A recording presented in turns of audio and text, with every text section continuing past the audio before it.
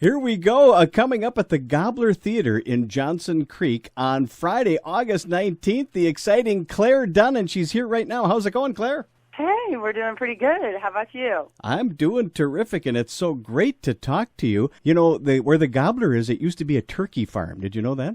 I did not know that. I know there's, I was reading up on the, awesome history of the venue, but I didn't realize that's where it got its name. That's awesome. It used to be a turkey farm, and what's interesting about that is you grew up on a working farm, didn't you? I did, and actually, I'm at home right now. We're in the middle of wheat harvest, and, we farm dryland wheat, and we have beef cattle, and so it's the real deal out here, like the turkey farm, for sure. And you're the real deal, too, because didn't you put yourself through college by driving truck? I did. I was able to, come back home. My folks bought a semi-truck that would haul silage, and I would go out on silage harvesting crews and hire on to haul silage, which is a crop out in this part of the world. And then if I couldn't be at home, like if I had finals or an internship or something like that, then my family would all go take shifts driving it for me, so just to keep the wheels turning. So, yeah, very grateful to have that ability and have that resource, but very grateful when it was all over.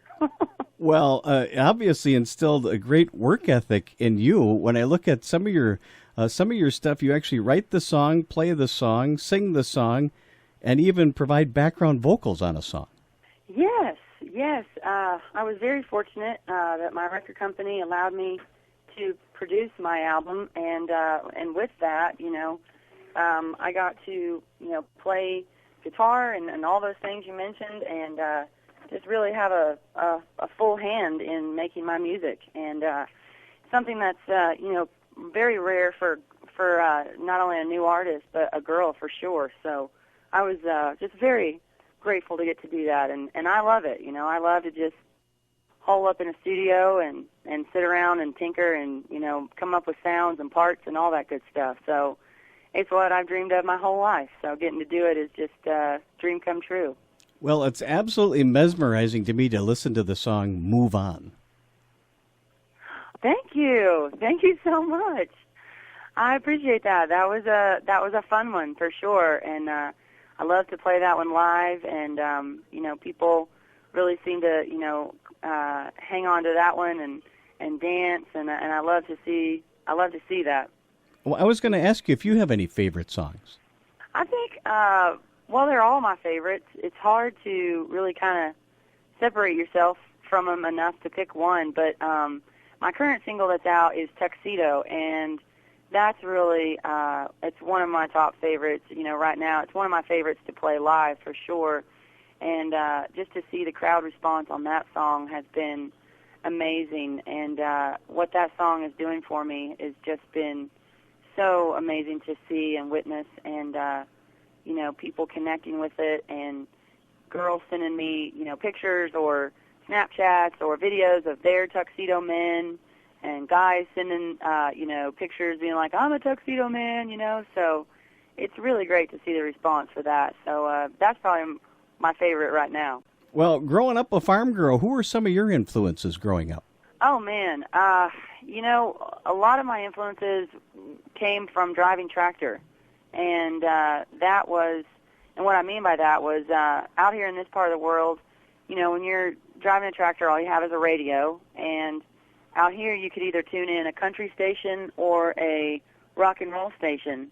And so, George Strait is king out here, and I love him, and Waylon Jennings. I get that from my mom. And then a lot of classic rock stuff like Led Zeppelin and, Bob Seger, who I got to go tour with last year, and just vast and wide. Keith Urban, for sure, Eric Clapton, the Rolling Stones, Tina Turner, and, just to name a few.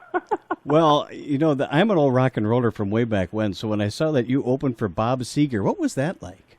Oh, man, it was just it was the most awesome experience I've ever had, and I don't know if for me personally if life gets any better than that. And Bob was just amazing. He's such a down to earth and genuine guy, and sometimes when you meet your heroes, you're not always greeted with a heroic experience. But Bob is still a hero in my eyes in every sense of the word, and he genuinely loves what he does. He's a kind person. He's just a very normal guy, and that was just one of the most amazing experiences I know I'll ever have in life. Well, just on a personal note, I have never been to CMA Fest, but I look at the amount of performers on that every day. It's just amazing. And you actually performed at the CMA Fest. What's that like?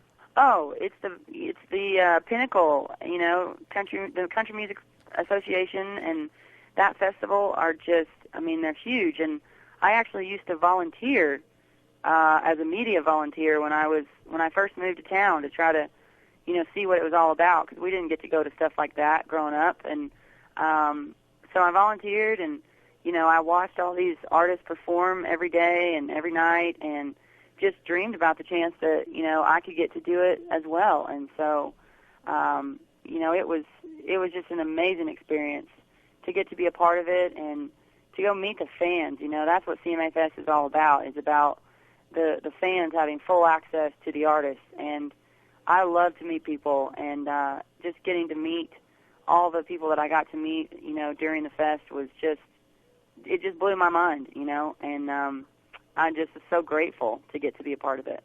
So it was awesome. Well, I think that you're also going to love performing at the Gobbler Theater in Johnson Creek, because that's a very small setting, and I know people can't wait to see you up on that stage. Well, thank you. I cannot wait, and I can't wait to just set foot inside that theater. That is so awesome, and I was reading up on it, and what a wonderful story, and I'm so glad it's up and going again.